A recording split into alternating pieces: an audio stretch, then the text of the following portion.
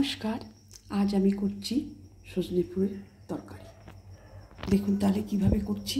আমি কড়াইতে প্রথমে সরষের তেল দিয়ে দিচ্ছি।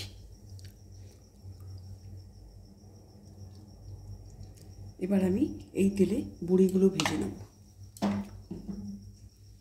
আমি 4 চামচ তেল দিয়েছি। এবার বড়িগুলো ভেজে নেব।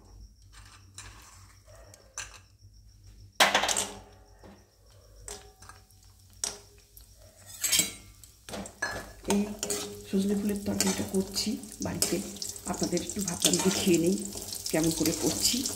এই বসন্ত ঋতুতে এই সজনে ফুলটা খাওয়া ভীষণ দরকার, কারণ এটা অ্যান্টিপক্স। করোনার পর থেকে আমরা সমস্ত অসুখ আসার আগেই প্রিকশন নিয়ে নিই। আমরা খুব সচেতন হয়ে উঠেছি স্বাস্থ্য সম্পর্কে। তাহলে দেখুন আমি কী করছি।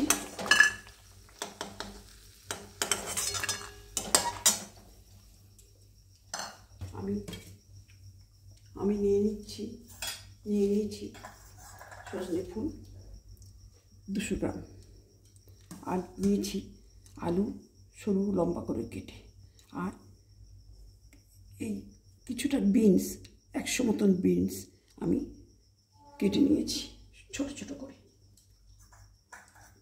আমি কড়াইতে 5 ফোড়ন দিয়ে দিলাম, আর হাফ চামচ মতন নুন দিলাম। এইবার এই আলুটা আমি তেলে ছাড়ছি ভাজার জন্য।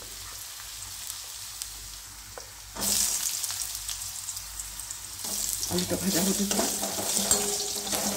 আর নিয়েছি বিনস নিয়েছি, আলু নিয়েছি, সজনে ফুল তো নিয়েছি, আর আমি একটা মিডিয়াম সাইজের ক্যাপসিকাম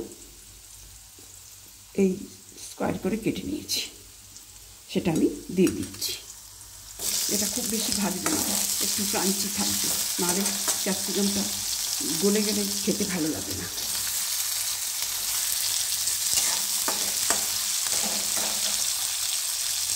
আর 2টো তেজপাতা আমি দিয়ে দিলাম। আর এখন আমি একটা লঙ্কা ফোড়ন দিচ্ছি।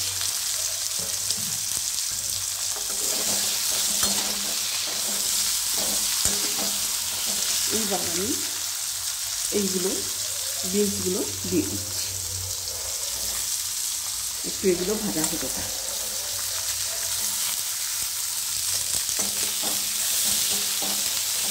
খুব কম তেল মশলার উপর দিয়ে আমি এই রান্নাটা করছি।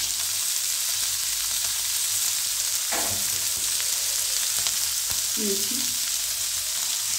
হাফ চামচ হলুদ গুঁড়ো, আর নিয়েছি 1/4 চামচ চিনি। চিনিটা অপশনাল, আপনাদের স্বাদ মতন দিতেও পারেন, নাও দিতে পারেন। দিলে হয় কি, সজনে ফুলটা একটু কষাতে হয়, সেইটা ব্যালেন্স হয়ে যায়। আর সর্ষেটা আমি অল্প করে বেটে নিয়েছি শিলনোড়ায়, এইটা দিয়ে দেবো।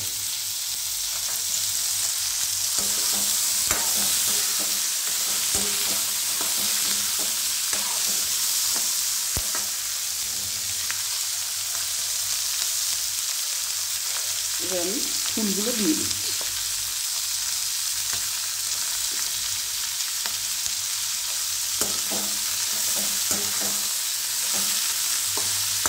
ফুলগুলো আমি বাজার থেকে আনার পরে ভালো করে বেছে ধুয়ে নিয়েছি।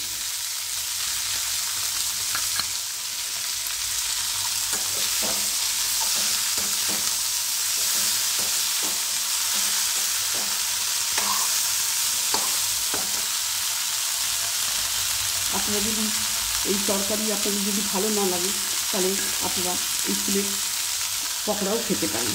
আমার আগের ভিডিওতে আমি পকোড়া করে দেখি, সেটা আপনারা দেখে নেবেন যদি পকোড়া খেতে চান।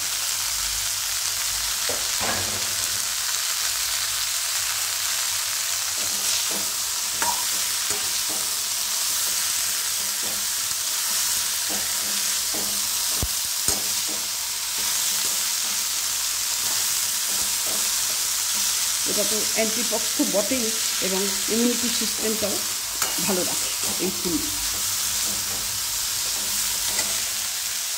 এবার আমি হলুদ গুঁড়োটা দিয়ে দিচ্ছি, আর দিচ্ছি চিনি,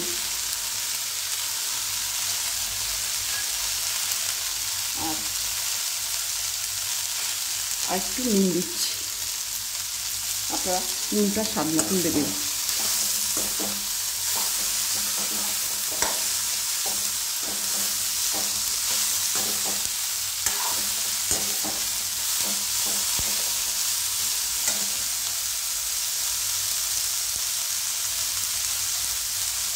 এবার আমি জলটা দিচ্ছি,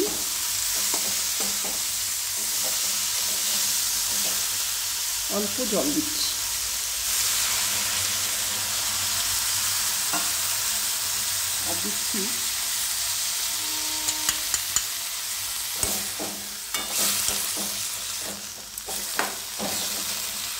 আর দিচ্ছি এই সর্ষে বাটাটা। আমি আমার মতন করে সর্ষে বাটাটা দিলাম, আপনারা যদি আরেকটু খেতে চান সেইভাবে দেবেন।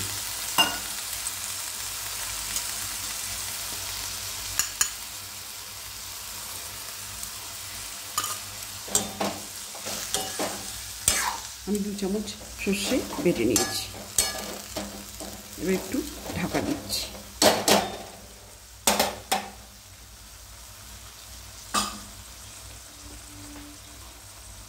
আমি অল্প করে একটু ঢাকা দিলাম।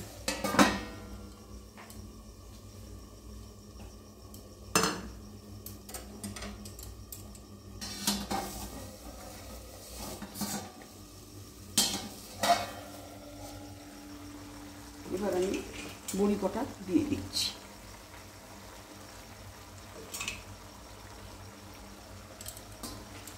বড়িগুলো দিয়ে দিলাম, একটু ফুটে যাক।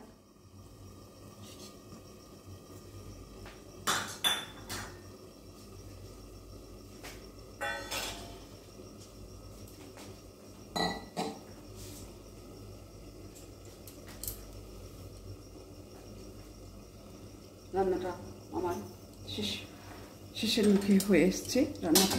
এবার আমি রান্নাটা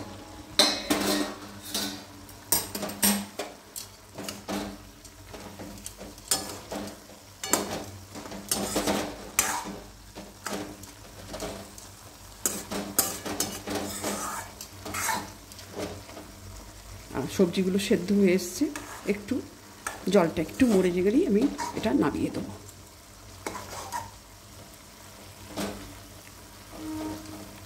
এতক্ষণ লো ফ্লেমে করছি না, একটু ফ্লেমটা একটু বাড়িয়ে দিয়েছি।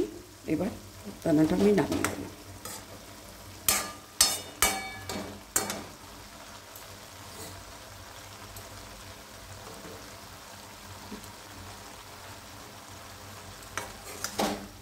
এবার হয়ে গেছে, আমি এবার সার্ভ করে দিচ্ছি।